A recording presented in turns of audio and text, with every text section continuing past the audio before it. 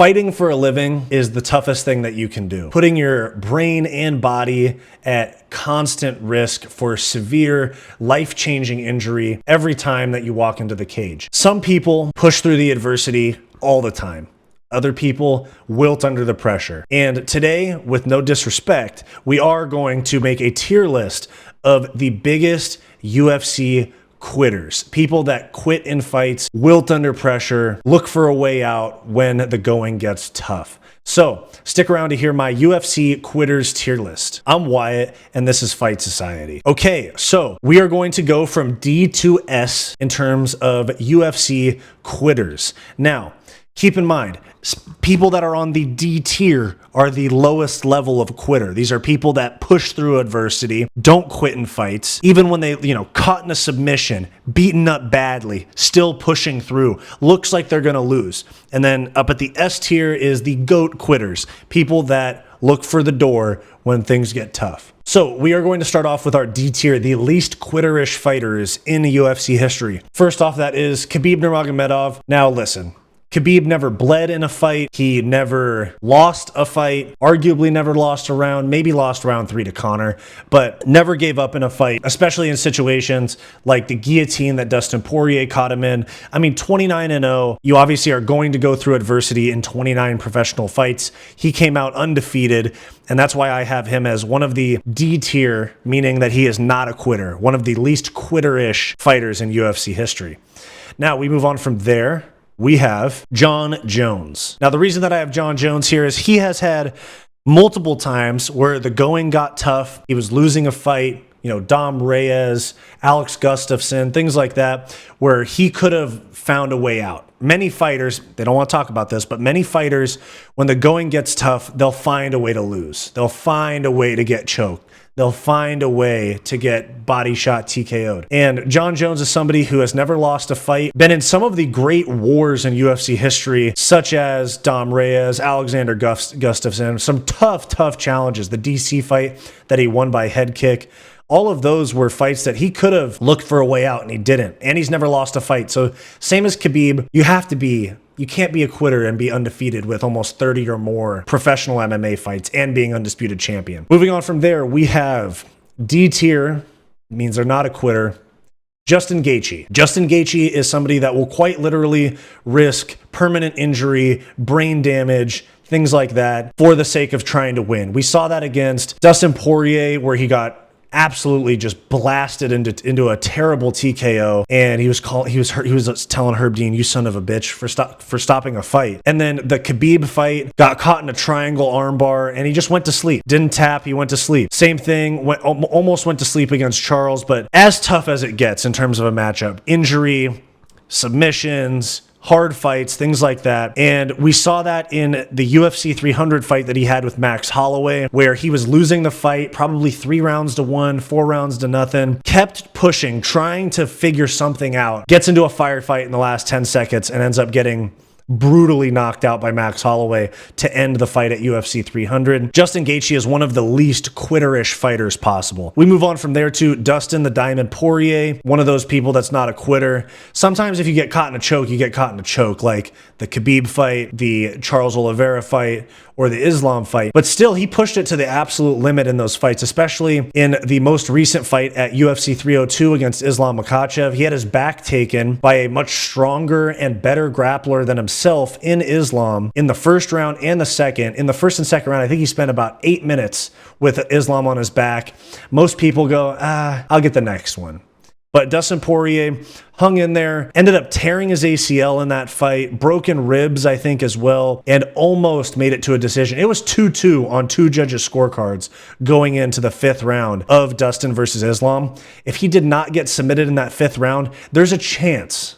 I'm not saying he should have, but there's a chance he would have gotten a split decision win over Islam Makhachev. We move on from there to C-level quitters, somebody like Jorge Masvidal. Now, Jorge Masvidal is somebody that has hung in there with some really tough fights. He's hung in there against Kamaru Usman on 6 days' notice, having to cut 30 pounds and fly 17 hours to fight him in Abu Dhabi. Got choked to sleep by the inverted triangle some of you may have seen back in early Bellator. But at the same time, at the end of his career, in the Colby Covington main event. He got out wrestled and he just survived. He gave up in that fight. And the same thing with the Gilbert Burns fight. Looked good in the beginning and faded as the fight went on. Looked like he was so content with losing the fight as long as he didn't get finished. He didn't quit in the way that he'd look for a way out, get TKO'd or submitted, but he would fade and give up on the hope of winning fights. We move on from there to Nate Diaz. Now, Nate Diaz, I have him as a C tier because he doesn't quit in fights. In most fights, he got dropped by Conor a lot of times. He got his ass whooped by Leon Edwards and then almost got him out of there in the 5th round. There are some times he did fade and kind of give up in the very first BMF fight that ever happened with Jorge Masvidal. He ended up getting stopped by a cut, which was a convenient excuse for him, but still he was looking for a way out of that fight. We move on from there to we're getting a little bit more, the water's getting warmer in terms of quitters. We move on to Conor McGregor as a B tier quitter. And the reason that I say that is he is somebody that has fought injured, like he fought with a blown up knee against Chad Mendes. He fought severely compromised, I would say, against Khabib Nurmagomedov, mostly by his own doing, but still could have gave up in the 1st round and the 2nd round when Khabib was absolutely wailing on him, and he hung in there. He ended up getting submitted in the 4th. Conor's somebody that has overcome some very tough early rounds to get wins, and at the same time, he did absolutely look for a way out and quit in the very first Nate Diaz fight. He gassed, gave up his back and mount. He was mounted, gave up his back, gave up the choke. He wanted a way out of that fight. So we've seen him flat out quit before. Somebody that I have right there next to him is somebody that is one of the best lightweights of all time, Charles Oliveira. Now, the reason that Charles Oliveira is a B tier quitter is because early in his career, as soon as the going got tough, he was ready to get out of there. He'd give up submissions. He tapped the strikes. He had the awkward quit and drop down to the canvas against Max Holloway when they were both at featherweight. But as his career got longer, as time went by, he overcame some very tough situations. He got dropped in the 1st round against Michael Chandler, ended up KOing Michael Chandler in the 2nd round. He got dropped in the 1st round or 2nd round by Dustin Poirier, went on to submit Dustin Poirier. He got dropped in the 1st round by Justin Gaethje, ended up knocking out Justin Gaethje, or knocking down Justin Gaethje and submitting him a minute later. So he's one of those people that developed that dog as he got older. So him and Conor are people that sometimes have that dog in them and sometimes look for the door. Now, we move on from there to our A tier quitters. First off, I have Colby Covington. While he has fought through things like a broken jaw, or alleged broken jaw against Kamaru Usman, he did break his foot in the Leon Edwards fight and then coasted to a loss. He accepted that decision loss and then made excuses for it. Looks for the door at times, or very easily accepts what's going to be a losing outcome. We move on from there. Somebody that I very much think is a quitter is Jalin Turner. Jalin Turner missed weight against Dan Hooker, broke Dan Hooker's arm in the 1st round, and then still went on to just give up in that fight and lose by decision. Missed weight. He didn't suffer all the way down to making the weight. He missed by like 2.5 pounds, broke Dan Hooker's arm in the 1st round, and then still loses by decision to a compromised guy that cut more weight than him and actually made weight.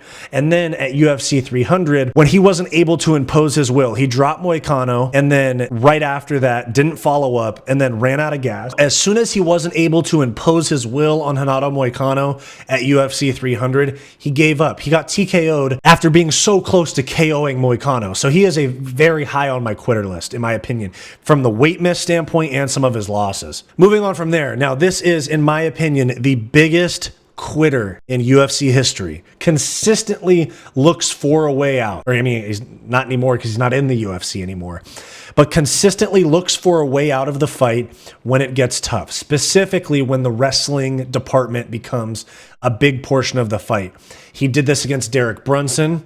He did this against Dricus du Plessis. The biggest quitter in UFC history, in my opinion. And it's somebody that I like a lot. He's really entertaining on the feet. But the biggest quitter in UFC history is Darren Till. As soon as he has to defend a takedown or try to get up off of his back, he's looking for a way out. So there you guys have it. Let me know your thoughts down below. Who are the biggest quitters? Who are the least amount of quitter in UFC history? Let me know your thoughts down below. Thanks for watching this video. Make sure to like and subscribe. If you want access to extra content aside from my regular videos, click the link in the description down below to become a channel member and get access to members-only live streams and other bonus perks. Or click the join button on our channel homepage. And if you're interested in some non-MMA content from me, check out my weekly podcast, the Hissyfit podcast, and check out my personal channel, Wyatt's World. I'll have them both linked in the description down below. Go watch this suggested video, and I'll see you next time.